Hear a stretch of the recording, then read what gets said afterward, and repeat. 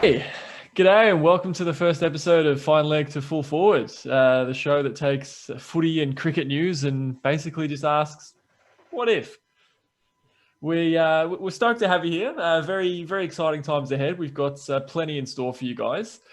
For those of you who don't know, my name's Luke, and this gentleman with me here is Ashwin, or Ashes, or Ash, whatever you want to call him, the epitome of a good bloke. He'll answer to pretty much anything. Yeah. Now, go on. My name's Ashwin, co-host for you, and I'm call me the cricket connoisseur, if you will. And anything footy related, go to this bloke here. Nah, you're selling yourself short, mate. You're selling yourself short. Look, as it's the first episode, it kind of makes sense just to tell you guys a little bit about us. We've been mates for the best part of 11 years now. Big sports fans, music enthusiasts. There's not a lot we don't do together, is there, mate? Like, thinking back, we've been playing cricket together for years. Springs to mind the couple of premierships back in under 17s. Just had to bring it up, didn't we? Oh, I mean, we're going to go early. We'll bring it up. Hashtag back to back. Well, it is what it is. One of us won a few awards in one of those seasons, if I remember rightly. I think you do remember correctly. Actually, I can't remember. I'm not too sure who it was though. Yeah, I mean, we were both close, but yeah, I think I took about 3 or 4 wickets that year. I think you took 17 or 18. Mate, well, that year is the epitome of shit gets wickets. Trust me. It's, you were bowling line and length on the other end. The batsman was playing and missing. You were too good for them to hit the bat. It's all about building that pressure, right? That's it. Partnership bowlers. That's it, mate. That's it. Yeah, 100%. But not only that, we've been playing basketball together for however long it's been. Personal highlight would be the entire team missing 1,000 free throws, which cost us a grand final. Look, and then being forced to wait around for the runners-up medal for quite a bit afterwards. That was a fun time. Yeah, and those late games go pretty late. At I think it was Monash Social Sport. Yes. Hanging around till about 10:30 to get a runners-up medal. Wasn't fun. Yeah, but the most humiliating part was how big our smiles were afterwards. Get a bloody runners-up medal. There's photo evidence of that. And, yes, yeah. School footy as well. Probably didn't go so well. I'm touching the footy twice. Yeah, probably because you're playing up forward and having me as the prime midfielder for Nossal High School didn't really help our case. Yeah, look. Being centre half forward with the team we had, I didn't get a whole lot of delivery up that way, but it's all a learning experience, It has been a while, mate. 11 years, right? It has been, yeah. Looking back, it's I think the one thing that probably trumps it all though is probably the music, right? That's got to be the longest. Yeah, I think we do that together the most. Like, for those of you unaware, my man here, he's a very talented rapper by the name of Ravenous. I'm going early with the plug here, but definitely check him out on Spotify. His Shades of Fear EP is it's a bloody masterpiece. There you go. Thanks, mate. Thanks for the early plug. That's all right. I don't know if a co-host can sponsor his own show, but if you can, there you go. Who knows? As I don't know, people might be aware, but we're both in a band together, authorised. We don't need to. Nah. Well, we're always working on music, so we'll figure out how it goes. Decide then whether or not to bring it up again.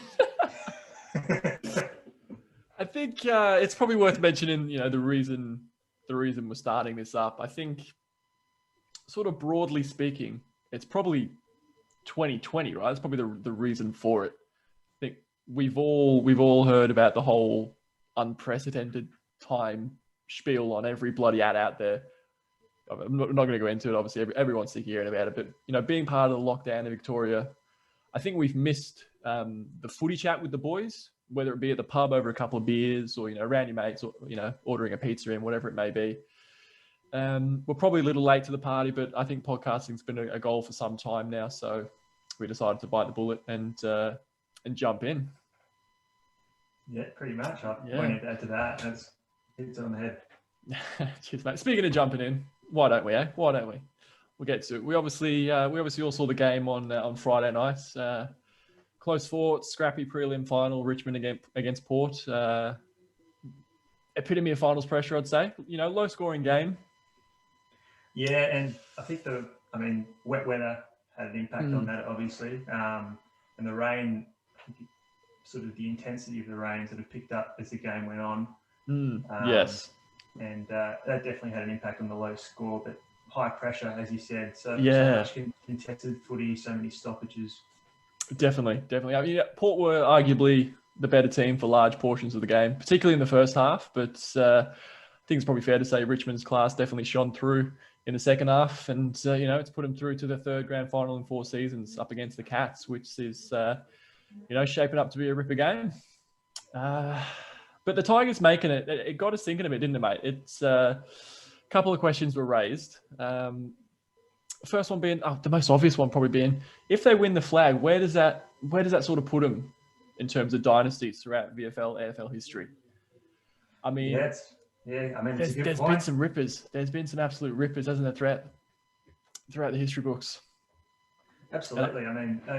You only have to go back a few years, and even within the 2000s, we've got so many that, you've got Hawthorn, Geelong, Brizzy, that's just recent times. Pretty much, yeah. Why don't we go through those a bit? So it'd definitely be remiss of us not to mention the first one. Like you think footy dynasty, you can't not think of the Hawks of the 1980s.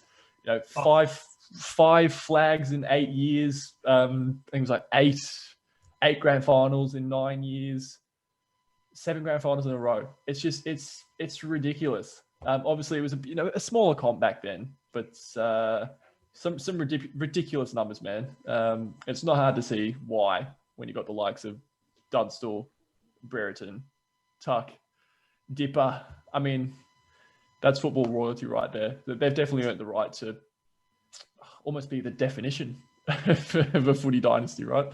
Yeah, if you could call one. Those names alone of those players have already carry so much weight.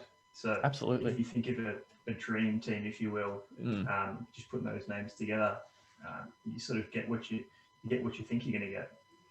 Those guys talk footy, you're listening, aren't you? Realistically, that's the way it goes. And you can't not mention again the Hawks again. The three-peat of 13, 14, 15, right? I mean, back to back in an 18-team competition. Unbelievable achievement. I mean, close to impossible, right? Exactly, and I think you sort of touched on it, given that back in the 80s, obviously the competition was slightly different. Smaller number of teams. So whenever you sort of come to the modern era, things definitely change a lot. And three-peats in this day and age, who knows when the next one will be? That's an excellent point too. Just don't know. And they had another group of just absolute great players. You got Luke Hodge, Sam Mitchell, Silky, Sean Burgoyne. I mean, those guys are Hawthorn legends. They're going to join the other Hawthorn legends in the Footy Hall of Fame. And then you throw in the likes of Rioli, Buddy, who was there for the first one, Jordan Lewis, Jarrett Roughhead. Just some bloody outstanding players there, mate. And they've got to be a dynasty. They just have to be. Yeah, you'd think so. I feel like it's interesting though with dynasties in that sense. Like with modern times, I think people are always a lot more reluctant to automatically call teams dynasties as soon as they happen. So if we look back 20, 30 years, I feel like it's much easier to say something like call a team a dynasty. It's almost looking back through rose-colored glasses, isn't it? Like when enough time has passed. Yeah, sort of. It's sort of like that. And it's interesting that you said the Hawthorn players from the three-peat, the recent three-peat, and you mentioned that lots of them were sort of going to be legends. And it is interesting to think about that in the sense that maybe in 5, 10, 15 years, they might be as big as potentially the players that we're talking about. Yeah, they're going to be spoken about like Dunstall and Brereton and Tuck and Dipper and all those. Yeah. I reckon you're spot on. And they've got to be. They've got to be a dynasty, as I mentioned. I mean, it kind of pains me to say because during that same time, I think my boys experienced a fair amount of heartbreak. If only Travis Varco kicked that goal in 2013 prelim, mate. Oh. But I mean, saying fun that, memories. Geelong, you could consider the three flags in 5 years. Look, seems you brought them up. We might as well. Yeah, obviously. Look, I'm trying not to be biased here. I have to quickly mention my boys. You know, the late 2000s, early 2010s, as you mentioned, 3 flags in 5 years: 07, 09, 2011. 4 grand finals. If we have to mention 2008. But look, another pretty special group, obviously. G. Ablett Jr., one of the absolute GOATs of the game. If not the GOAT. I mean, that's up for debate. Matty Scarlett, one of the best fullbacks ever. Jimmy Bartell was a superstar. Corey Enright. Steve Johnson was a revolutionary with his goal kicking. I mean, the list goes on. I don't want to seem biased, but, you know, that group also came close to returning to the big dance after their flags. Couldn't quite get it done. But, I mean, it is four grand finals in 5 years. It's definitely worth mentioning. Yeah, absolutely. But yeah, I mean, one group that had no problem making it to the big dance, the start of the century Brisbane Lions. I mean, what an outfit those guys were. Unbelievable. Speaking of football royalty. Back to back. Exactly right. Another one. But the guys they had, you know, Michael Voss, Simon Black, Lukey Power, John O'Brown, Ackermanis, Nigel Lappin, Alistair Lynch. It's bonkers that they were all on the same team. I mean, those names I just said, there's not much that group of blokes didn't win. Absolutely. It almost seems unfair when you list all those names together and sort of say that they were a team. Justin Lepich, also one that I didn't mention there. Yeah. He didn't make the cut in that list there. Bloody hell. Obviously, they won in 01, 02, 03, and then grand final again in 2004. Another group that's got, you know, so many Hall of Famers. It's ridiculous. They've got to be one of the best ever. Absolutely. And like we said, in modern times as well, I feel like that back-to-back, even just back-to-back, but back-to-back in modern times, I feel like carries an extra bit of weight. Well, that was something that Geelong group couldn't get done. Collingwood, you know, 2010, 2011, they couldn't get it done either. It's really, really tough to do. Yeah, absolutely. I think lots of it has to do with list management and how long you can hold on to your superstars as well. And the culture of the club kind of comes into play there, doesn't it? It's also getting people to want to stay. It's a big part. That's right. I feel like after you do win a premiership, obviously you want to keep winning, but you get that taste for it. You don't want anything else. Exactly. Yeah, you get that taste for it. But I feel like sometimes I don't want to diverge too far away from footy, but in terms of... That's what we're here for, mate. Take it any way you want. That's the beauty of it. If we look at, say, basketball, I feel like if someone wins a title with a particular franchise, with a particular club, obviously they have a taste to win again, but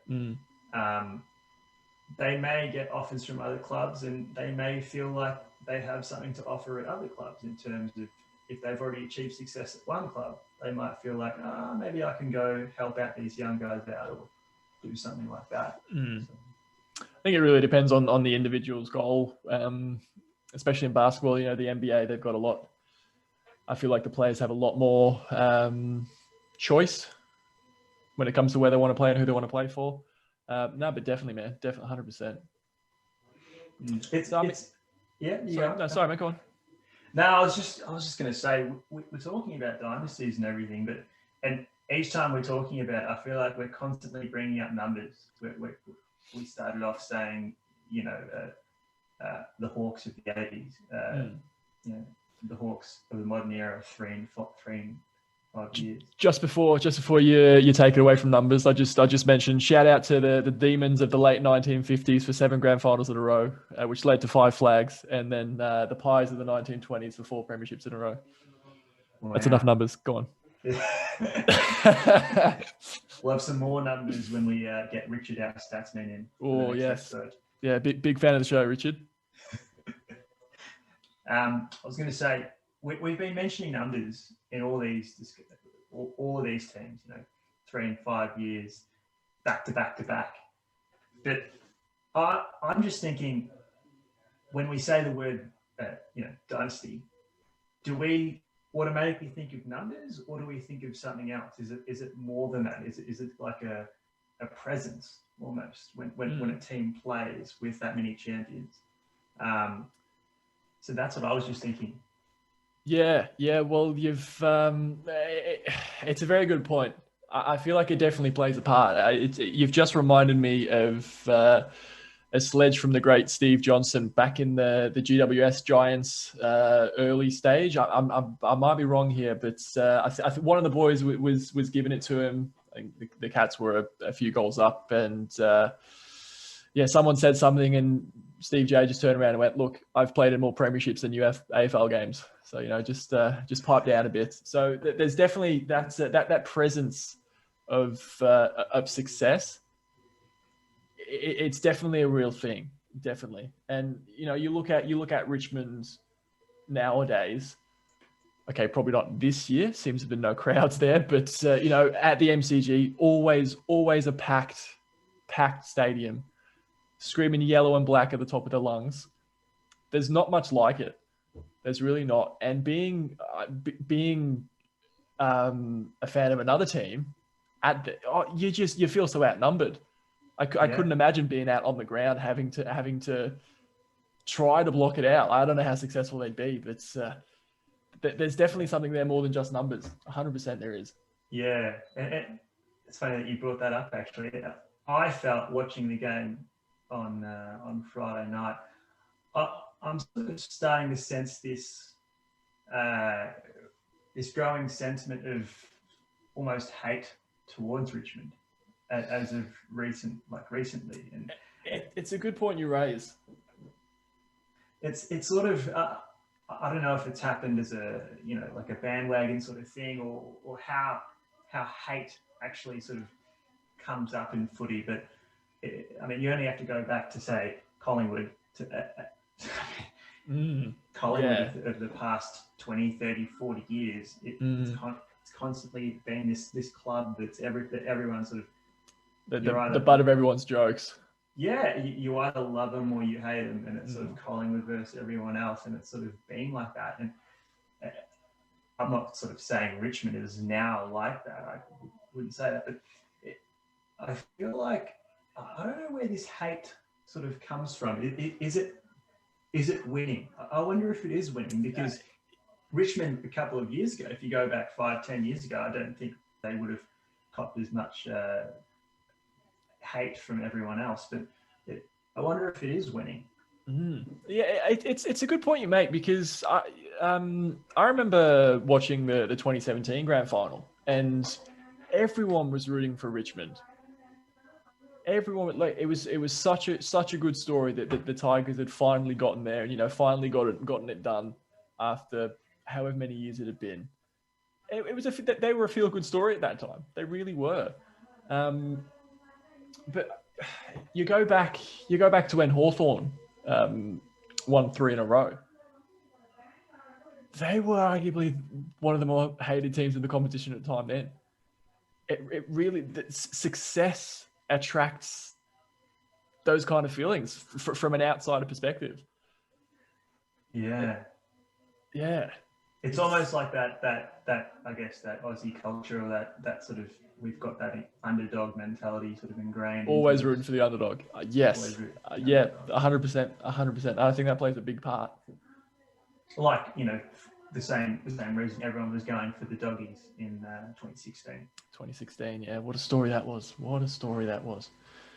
Just a shame they had the world's longest premiership hangover. But you go on. Sorry, we'll click eventually. It's episode one. So if Richmond win their 3rd grand final in 4 years, then where do you think you'd put them? Like, for me personally, I think that they'd definitely be in the same conversation as the Cats. 3 and 4 versus 3 and 5, you'd definitely argue that they'd be above them. I think if they win one or two more, they've got to be up there with the three-peat Lions and Hawks, right? I think so. I think definitely, and that's more looking from my perspective of presence, like we were talking about before, rather than the numbers. It's an underrated part. It's an underrated part of it. Yeah, I mean, like you can say, 3 in 4 years is comparative to 3 in 5 is the Cats. Sorry, I know we got back to numbers a little bit there. Yeah. But yeah, it's undeniable when they take the field, especially that pressure, I think, when they play tackling pressure, it's sort of that presence as a team is hard to deny, and the greatness is hard to deny as well. So I don't think I would put them above either Hawthorn or Brisbane, but I think they'd be sort of in and amongst where your boys are. The thing about Richmond, I feel, is that they've got a few players that will go down in history, like the legends we've all mentioned previously, right? So obviously, Dusty Martin, he's been a freak for a number of years now. A couple of flags, a couple of Norm Smiths, a cheeky Chaz Brownlow to his name. I mean, he's going to go down as an all-time great. No matter what, everyone has a different opinion on him. No matter what you think of him, he's going to go down as an all-time great. Trent Cotchin. You can't deny greatness, right? Exactly right. Koch has a Brownlow to his name now. He's a dual premiership captain already. Jack Revolt, he's won. How many Colemans has he won now to go alongside the flags? I'd make the case they're probably the three that are going to go down in history, right? Don't get me wrong, they've got plenty of fantastic players. Of course they do. They've been the best side in the comp for however many years it's been now. But they're the three for me. Everyone else kind of knows their role beautifully, and they play their role so well that, they're a well-oiled machine. They're coached really well. But they're not going to have however many Hall of Famers the 1980s Hawks had, go down in history. But team-wise, everyone just knowing their role so well, they're going to be one of the best teams ever. They really do have the potential for that. Yeah, that's actually a good point in the sense that if you want to be a dynasty, should you transcend having, a few stars?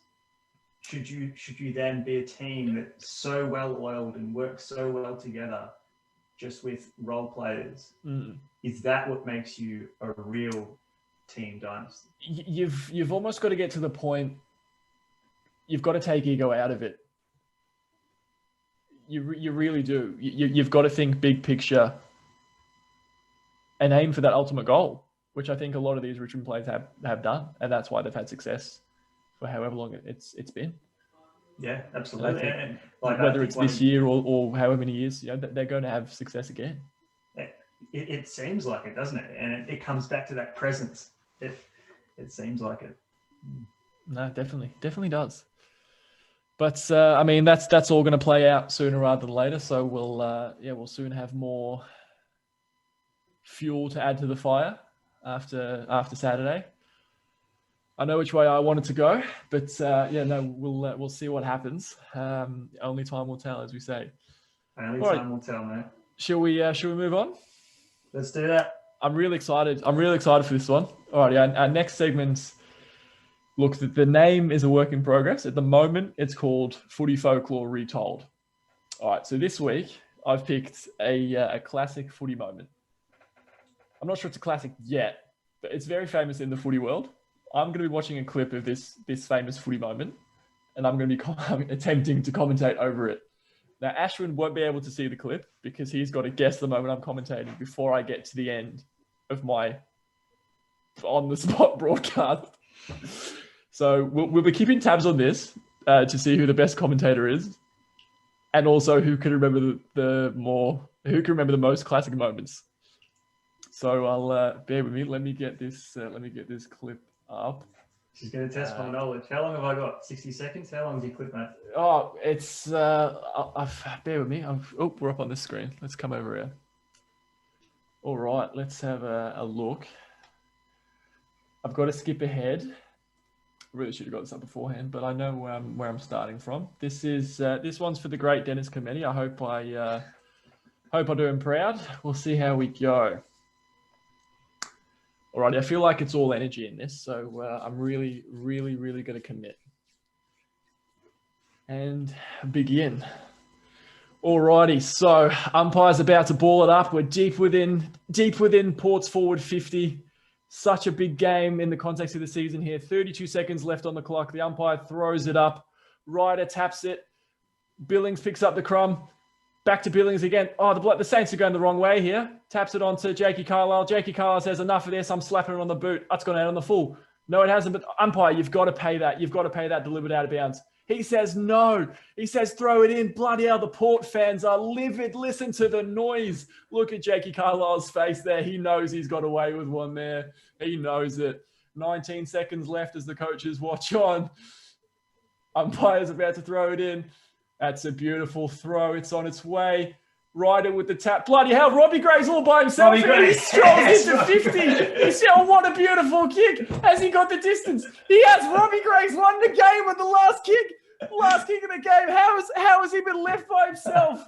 Oh, you can't do that. The Port fans have gone wild here at Adelaide Oval. What a win that is. Woo. You did it justice, mate. You did. Thanks, mate. So when you said the first time you said Ryder taps it. Yeah. I initially thought straight away to Robbie Gray. Yeah. The perfect tap. Right, it was. Eyes in the back of his head. But then you said Billings picked it up and it threw me off. Oh, yeah, right. Yes, because it was further on. Yeah, it was further on. I made sure there was plenty of commentary to and go. I was like, I've completely got this messed up. And then Robbie Gray. Oh. Bloody hell! Imagine if you'd said that right away. Wouldn't even have got to the actual highlight. You should have gone for it, man. You should have gone for it. And then I heard Billings. I was like, oh, wait a minute. Yeah. So that was Port St Kilda, Robbie Gray's last minute goal. Incredible. Round 19, 2017, I believe. As you know, and as people might find out, I'm a big fan of assists in any sport, especially basketball. Especially basketball. You love your bounce passes. You love your flashy passes. Yeah. Mate, you're a big man of setting people up. You're a big fan of setting people up. You always have been.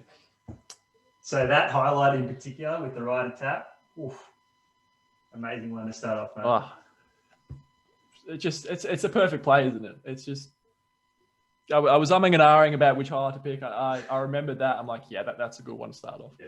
That's a good one to start us off. All right, what do you got for me? All righty, mate. So we'll go on to our next segment now, which has been given the temporary name of all a work in progress here, boys. All work in progress of who he played for. But it's not actually called who he played for, is it? Because that's probably a trademark by inside the NBA. Yeah. It's called which team, bro? There you go. Yeah. I'm just so good at thinking on the spot, man. Oh yeah, yeah. All right, let's get into it. All right, so I'm going to give you a fairly unknown current AFL player. I will give you his jersey number. Yep. And then I will give you 3 options as to who they are and who they play for. Okay. All right. So all I've got is a jersey number, and then you're going to give me options. So I'm going to give you the name. Yep. Okay. Of the player and the jersey number, and then I'll say, is it this, or this? All right, ready? All right. Let's go. All right. So his name is Jai Farah. Jai Farah. His number is 50. So I wasn't expecting a low number, to be honest. So is Jai Farah a promising 20-year-old ruckman from Fremantle? Bloody hell, you've really put a bit of mayo on this. I love it. Is he a very footy smart 19-year-old defender from the Adelaide Crows? Or is he a 23-year-old explosive winger from the Gold Coast Suns? Oof. Wait, so it was Ruckman from Freo? Yeah, promising 20-year-old ruckman. Sorry, promising 20-year-old Mark. Sorry. You got to get the promising. Yeah, sorry, that's selling you short there, mate. Sorry. A very footy smart 19-year-old defender from the Adelaide Crows. From the Crows, yeah. Or a 23-year-old mature recruit, explosive winger from Gold Coast Suns. All right, I'm just going to say this one now. I got no idea. Yep. I was hoping you'd say that. Yeah, nah, you've started well here, mate. You've started real well. All right, let's have a think. What do we got?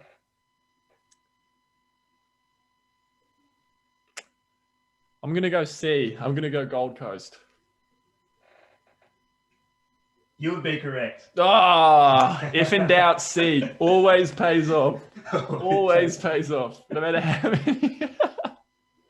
Always pays off, man. I'm surprised you got that. I put a bit of mayo on the promising young ruckman. I loved it. That almost made the segment. Look, I'm surprised as well. I think I made it very clear that was a complete stab in the dark. So look, I'll take it. I'll take it every day of the week. Take it and run, mate. What do you got for me? Right. Let's see. What do we got? So next segment. It's all around the socials. So I'm this week's #hero. Again, work in progress.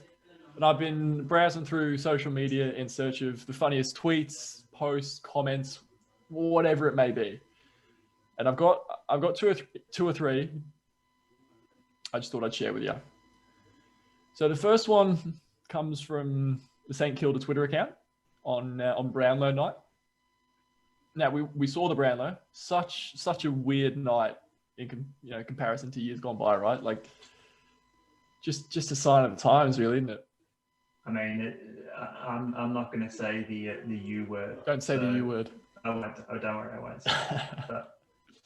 But you know what I'm thinking, yeah.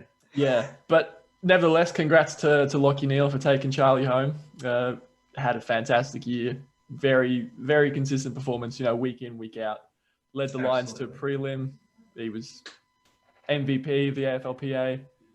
I reckon this would be his pick of the year. Obviously, he'd wish he could have got the jockeys for the Lions this year, but no doubt they'll be in around the conversation for the next few years for sure. Absolutely, with their list and in the season they had, you think they'd be back for? But they're on the up, which it's great to see. It's great to see because they've been, they were down towards the bottom for however many years it's been. So it's great to see that they're on the way back up. And it's great for footy in Queensland as well. It really is. But this one, right, I might have to give you a little bit of background on this one, mate. Do you want to have a guess at how many guys the Saints have on their list with the first name Jack?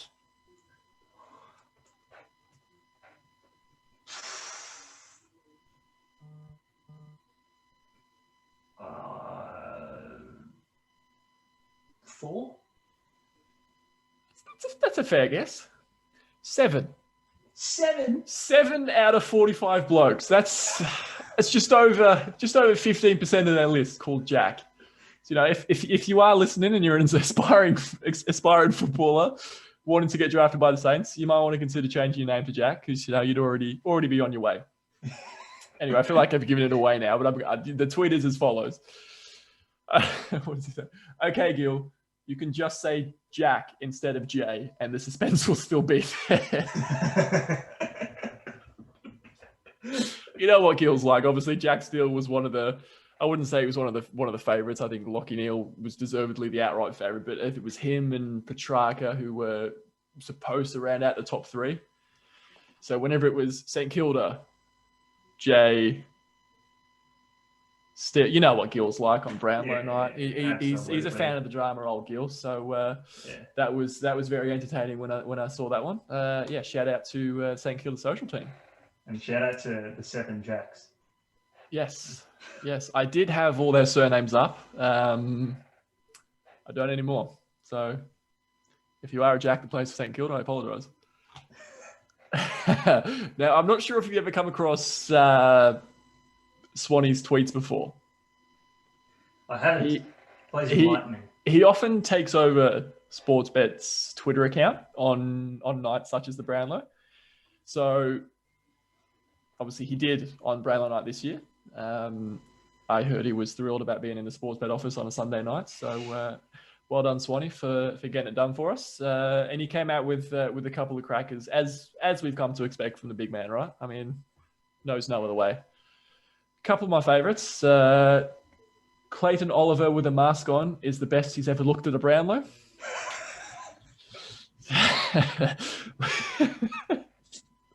Look, I'm not really one to talk, but I feel like he kind of does have a face only a mother could love.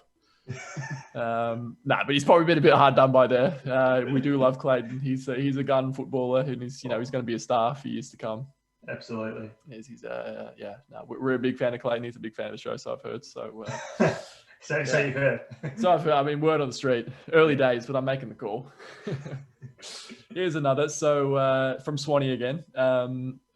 Danger is either going to field 80 overs at square leg or he's about to tame a few lions at the circus. What the hell is that outfit? I'm assuming you saw Danger's suit. Mate, it was something. To be honest, Swanee, he couldn't be more spot on here. I think anyone takes a risk if they try something different, and the biggest risk is you'll be in the firing line from Swanee, I think. Yeah, I mean, you got to shoot your shot, but you need to be careful when Swanee's about. It was a questionable choice by Paddy for sure, but if you've got to pick a bloke in the AFL who's going to put the hand up and give that a crack, he's got to be in the select for you, hasn't he? Yeah. I mean, like, who else would you put there? I can't see. Yeah, you can't really. That exactly right. He's in a class of his own. I've always had an admiration for him. He's on the field, off the field, but seems like a record bloke. And obviously being biased towards you and your boys, but just note that this is a non-Geelong fan saying this. I really hope that he gets the job done on Saturday, because I had no idea that this was his first ever grand final. Well, yeah, he was at the Cats when the Crows made the big dance in 2017, wasn't he? So he's something he's about to tick off his list for the first time. Mm. Yeah, it's gonna be a long week, I think. I just hope it's a ripper game, mate. Just hope it's a spectacle for the neutral. Something that really advertises the game we love really well. That's it. Alrighty. I think that's a wrap, isn't it, for episode 1? Have you got anything else? I've got just before the end. We call this last segment.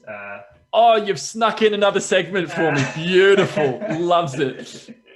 And imagine that the siren just went off when we said if that's a wrap, because this is called after the siren. Beautifully done.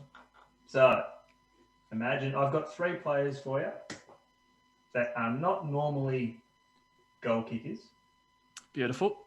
But imagine that your team's down by 4 points. Oof. There's a few seconds left on the clock. Quick clearance from the centre, and someone marks 45 out on a 45-degree angle. The siren goes. Oof. 4 points down, so behind's not going to cut it. Sorry? So 4 points down, and behind's not going to cut it. That's right. You got to kick that. You got to give me the 6 50s. Pressure's on. Out of these 3 players, who is kicking that goal from 45 out on a 45-degree angle? I've got to pick one. Alrighty. You've got to pick one. So we've got Nick Haynes from GWS, defender. Yep. Braden Maynard, Collingwood. Mm-hmm. Or Jacob Wiedering from Carlton. Which of those 3 players is going to be your goal kicker to win the game? That's first off, I might just say, great selection there. Big fan of all those players. Love the way they go about their footy. I'm sure any of them would love to win a game off their boot. One that jumps out to me, probably a little biased. I'm a big fan about the way of the way he plays. I'm probably going to go Braden Maynard. He seems to be just this cool, calm, collected character. Obviously, he doesn't find his way up forward too often, but I feel like he's the kind of bloke who will put his hand up first and go, "You've got a job that needs doing. I'm going to do it. I'm going to take this kick and I'm going to win the game for us. It's going to go through." Yeah. There you go. There's my pick, Braden Maynard. He's calm under pressure. He's just got that energy about him, hasn't he? Yeah. Obviously, hard done by in the 2018 grand final. Some will say it was blocked. Some will say he wasn't. That's not for us to debate. Well, it probably is. But we're not going to. That's the next episode. That's it. Yeah, that's mine. What do you think? I'd agree, mate. I reckon that it's hard to compare because you've got 3 defenders and people that rarely go up forward, so it's hard. But when you don't have that skill set to compare, quite often what you can compare is composure. And when the pressure's on, who do you think is going to be able to slot that goal? So, well said, mate. Well said. Now I think that is a wrap. Yeah, and that's curtains on episode 1. We're very, very thankful you could join us for the start of this journey. You may be thinking it's a little strange that we started this kind of show this time of year with one game of footy left, but we do have plenty of content coming your way, plenty of stories kicking off in the off season, and it's all going to lead us beautifully into cricket season as well. And we cannot bloody wait, can we, mate? Absolutely, mate. Especially with cricket season as well. Yes. Tell you what, Kane. Let's get out of the house and start taking wickets. Yes. Alrighty, guys. Thanks for stopping by and keep kicking goals. Take it easy.